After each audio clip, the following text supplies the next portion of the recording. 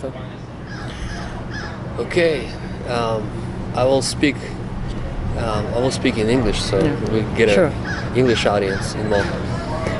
Well, I think in some way, all the folk music apparently sounds the same.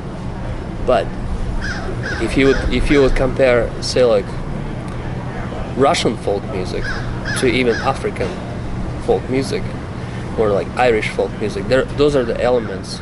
They have the elements that they collide.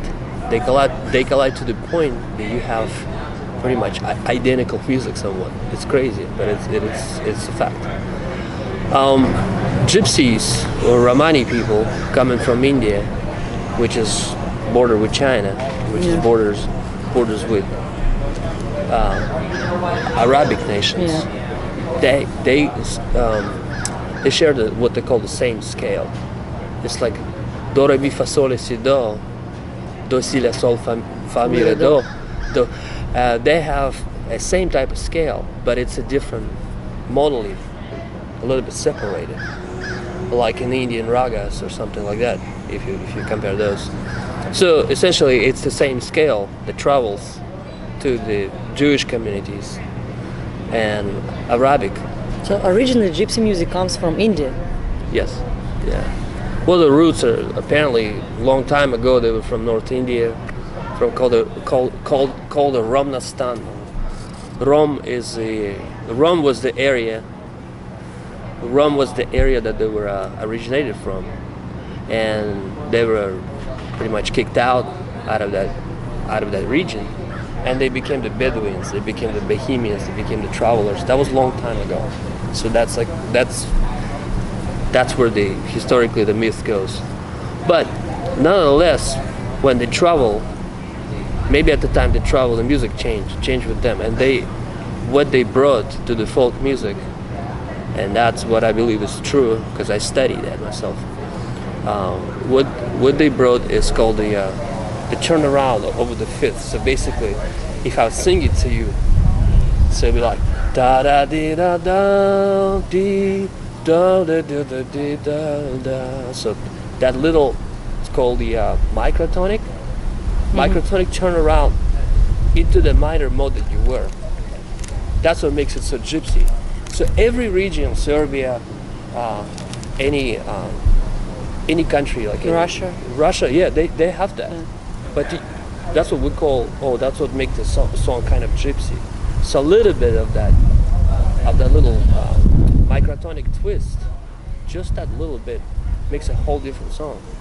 Like if you would say a song like "Светит месяц," there's no turnarounds like that. If you'd look, you would have to make those turnarounds.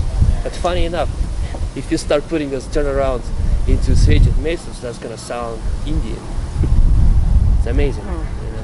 So, but gypsy, when they travel, they stay in different countries and they try to put their music in this, or how they did.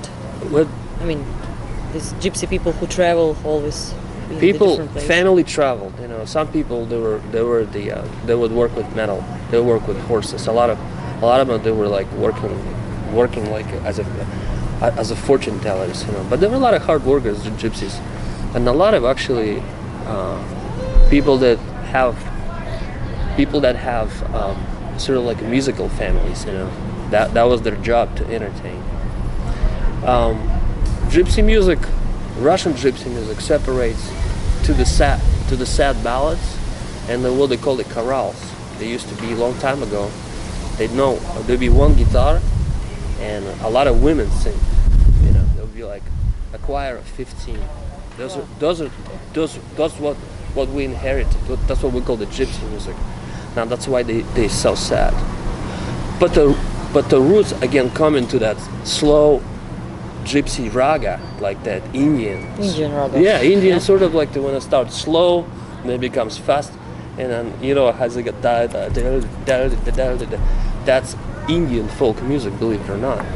When they chapter 2 and then they chapter 4 and then chapter 8 rhythms, essentially same melody, but it separates and it goes into this oblivion of notes. So if it's like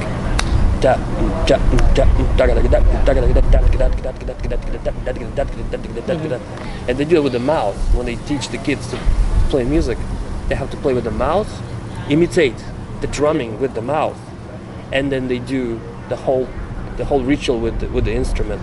So the voice, the rhythm, and the mouth connected. Like you have to connect your arms and your rhythms that your body can produce.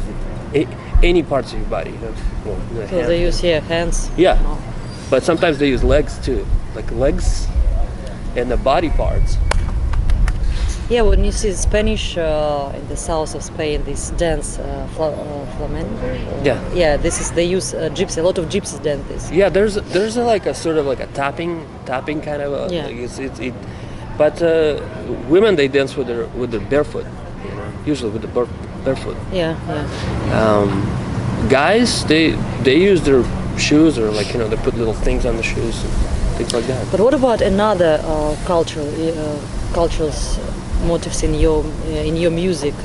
Because you use not only gypsies, yeah? Okay, there's other scale which is like similar to that. Scale travel all the way to Greek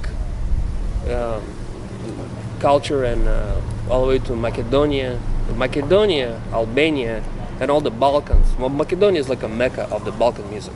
Mm-hmm. That's where a lot of the Balkan music's coming from Macedonia.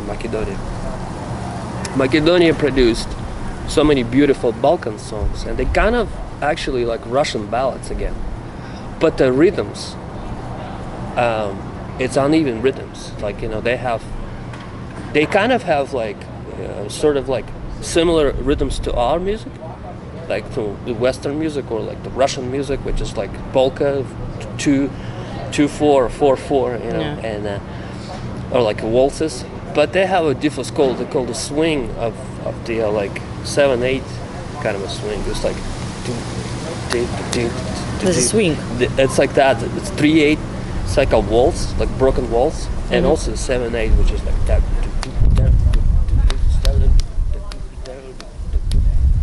So the melody starts on a kind of an offbeat. I've seen a lot of Russians that cannot dance to that.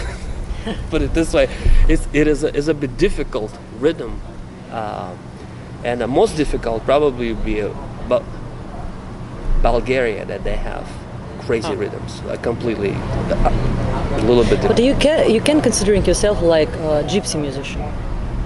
I consider totally following the gypsy tradition in my music.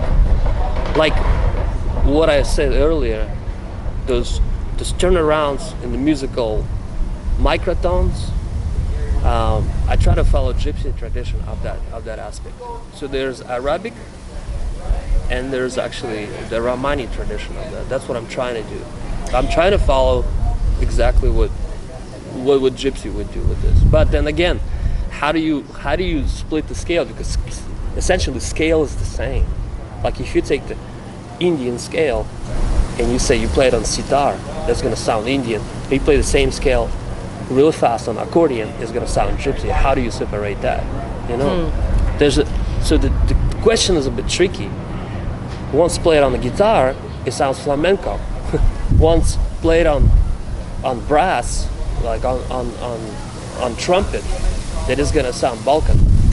Same scale, same notes, identical. There was a question was raised, a Serbian accordion player, and he played a workshop. An American fellow said, how do you play that Balkan music that fast? And he said, well, if I show you just notes, you already know them. It's not surprising to you.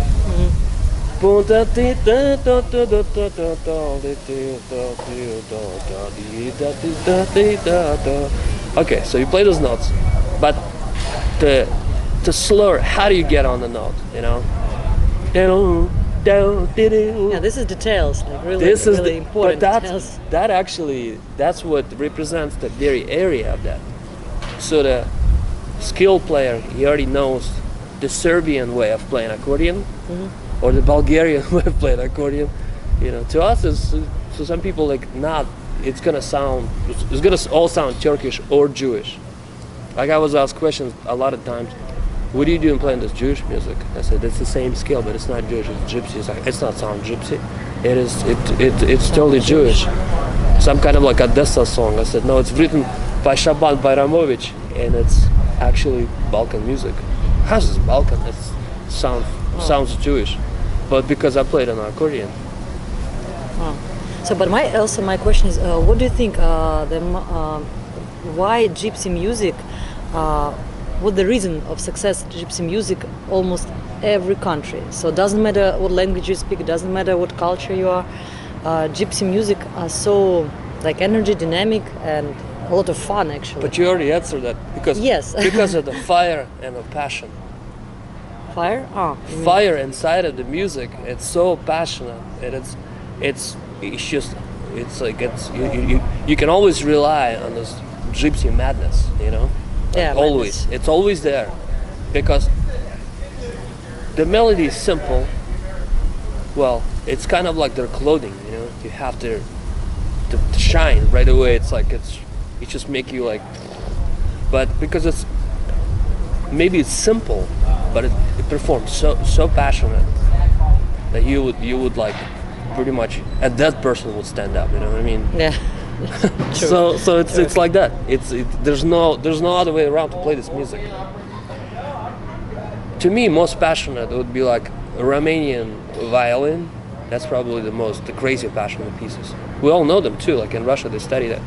Monty Chardas and Hungarian pieces, you know, things like that. So classical composer, Dvorak, I mean, you name it. Every classical composer took that scale I'm talking about from the gypsies, which is their folklore. It's everywhere, you know. You just go find it. But what about gypsy music has also lyrics, not only crazy fun music. There are a lot of sad music. A lot of sad music. They always, a lot of the time they say like, you know, poor man got no place to go, got no this, got no that. But it's lyrically, I would say it's not.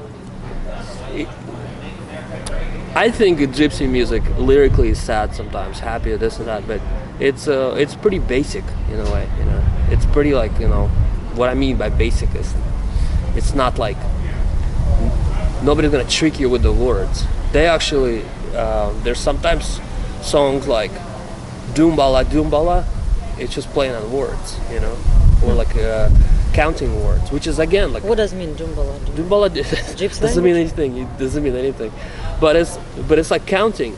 The faster you're counting, or the trickier you're counting, you know, that becomes that the foundations of the Indian music, how they study music, you know. Doombala Doombala Doombala dum dum dum Doombala Doombala Doombala Doombala Doombala Doombala. So you count. You count all the time, and the faster you do it, then you have this kind of ornament. Rhythmical, musical, you know, things like that. Sad songs, it depending what origin or what band or what performer that does it. Some of them famous for the sad ones, you know, like the Russian gypsies. It's definitely gonna be a slow, some kind of like passionate ballad. You know, what am I gonna do in my life? Got no money, no place to go. It's like a country song in a way, but. Yeah, a lot of about love. A lot of like sad kind of stuff. Not necessarily get sarcastic and funny, or like, you know, say like with the Balkans, which is like this reminds me of American blues, when blues was sarcastic and funny. Blues originally was sad. It's like black people who. No, it was actually sarcastic. Originally, blues was very sarcastic. Like I looked up the history of the blues, and it's funny. It's like a New Orleans style. That's where it kind of originated from. Yeah. You know, the black people started. Right, but they were like kind of making fun of it, you know, like, oh, what am I gonna do, or what am I gonna step in here, like, you know,